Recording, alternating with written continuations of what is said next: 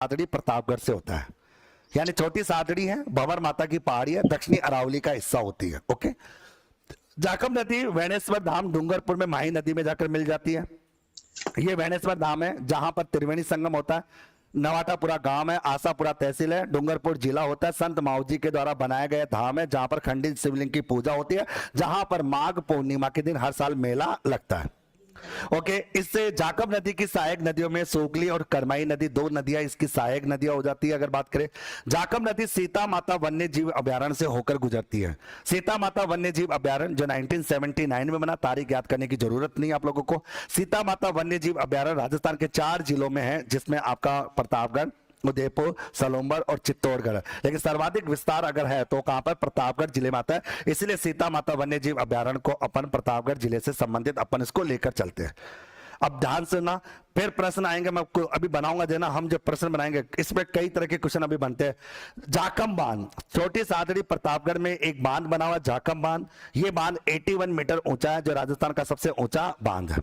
Okay, बात खत्म। अगर नदी बनानी होती तो इतना ही काम है, काम कंप्लीट, नदी का काम कंप्लीट हो गया। अगली नदी है सोम नदी। सोम नदी का उद्गम स्थल बिचमेड़ा की पहाड़ी, ऋषभदेव तहसील, उदयपुर जिला है। वहां से सोम नदी का उद्गम होता है। सोम नदी वेणेश्वर धाम डूंगरपुर में आकर वही माही नदी में मिल जाती है, क्योंकि सोम और जाकम नदियां जो है वो माही नदी की सहायक नदियां होती है। सोम कमला अंबा बांध कहां पर बना है, डूंगरपुर में। और सोम कागदर परियोजना बांध जो है वो कहां पर है, उदयपुर जिले से संबंधित है। ये लो, यहां तक की कहानी खत्म हो जाती है। ये तो होगी 2 नदियां। ओके।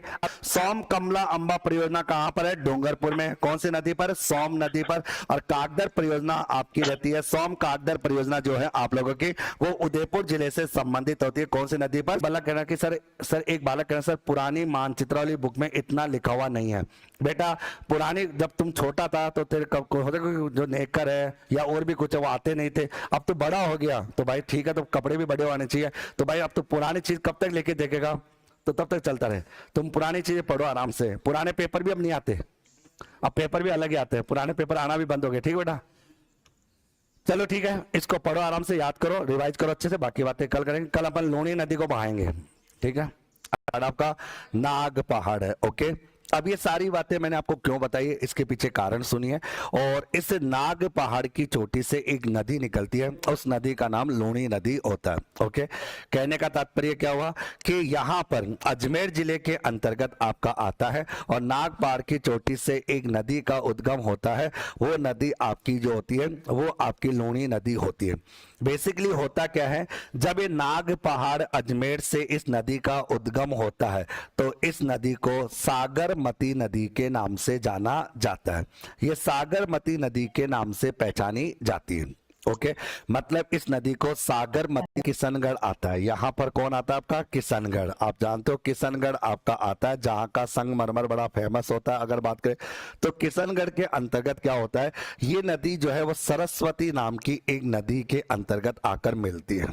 ओके। यानी किशनगढ़ में ये नदी जो होती है वो आपकी सरस्वती नदी के अंतर्गत आकर मिल जाती है। और जैसे ये नदी आपकी वहां पर जाकर मिलती है, वहां पर मिलते ही इस नदी का जो नाम है वो नाम बदल जाता है। और नाम बदलते ही सरस्वती नदी के साथ मिलन, ओके, साथ इसका मिलन होता है। और जैसे ये सरस्वती नदी के साथ ये नदी मिलती है, इस नदी का नाम बदल जाता है, और फिर इस नदी का नाम बेसिकली लूणी नदी पर जाता है। ये लूणी नदी आपकी हो जाती है। बात खत्म। अब एक बात सुनिए, यहां पर एक्चुअल में लूणी नदी जो होती है, लूणी नदी जो है आपके राजस्थान के अजमेर, ब्यावर, जोधपुर, जालोर या बालोतरा या बाड़मेर, जालोर 6 जिलों से होकर ये नदी बेसिकली बहती है। मतलब इन 6 जिलों में अंदर ये नदी आपकी बहेगी। अब ये नदी जब बहेगी तो अपन इसके बारे में 2-3 बातें रखें कि कालिदास जी के द्वारा एक ग्रंथ लिखा गया था मरुदबदा, और उस ग्रंथ के अंतर्गत इस नदी को अंतः सलीला नदी कहा। अंतः सलीला नदी के नाम से इसको जानते हैं, यानी इस नदी को अंतः सलीला नदी के नाम से भी जाना गया। दूसरी इंपॉर्टेंट बात होती है, ये हमारे राजस्थान के अंदर पश्चिमी राजस्थान की सबसे प्यारी, अगर बात है सबसे प्यारी नदी होती है पश्चिमी राजस्थान की, और इसीलिए इसे अपन कहते हैं ना, पश्चिमी राजस्थान की गंगा कहते हैं। इसे अपन पश्चिमी राजस्थान की क्या बोलते हैं, गंगा कहते हैं, क्योंकि पश्चिमी राजस्थान की सबसे प्यारी जो नदी है वो आपकी लूणी नदी होती है, इसलिए इसको पश्चिमी राजस्थान की गंगा भी कहते हैं। पश्चिमी राजस्थान की गंगा होने की वजह से ये इलाका मारवाड़ कहलाता है। इसी वजह से इस नदी को हम मारवाड़ की गंगा भी कहते हैं। ये मारवाड़ के नाम से भी जानी जाती है। ओके, फिर अपन ये जानते हैं कि लूणी नदी के ये तो अलग अलग प्रकार के नाम है, जो कि नाग पहाड़ अजमेर से होकर निकलती है, ब्यावर, ब्यावर से जोधपुर, जोधपुर से आपका जब आ जाएगा बालोतरा, बालोतरा के बाद बाड़मेर और फिर आपका आ जाएगा जालोर। ऐसे नदी आपकी बहेगी। अब सुनिए इस नदी की कहानी क्या होती है। कहते हैं इसको लूणी नदी है। सबसे पहले इसका नाम सागरमती नदी था, बाद में इसको लूणी नदी कहा गया। कालिदास जी ने इसको अंतर सलीला नदी के नाम से जाना। और फिर उसके बाद क्या होता है, बालोतरा तक क्या है, सब कुछ ठीक रहता है।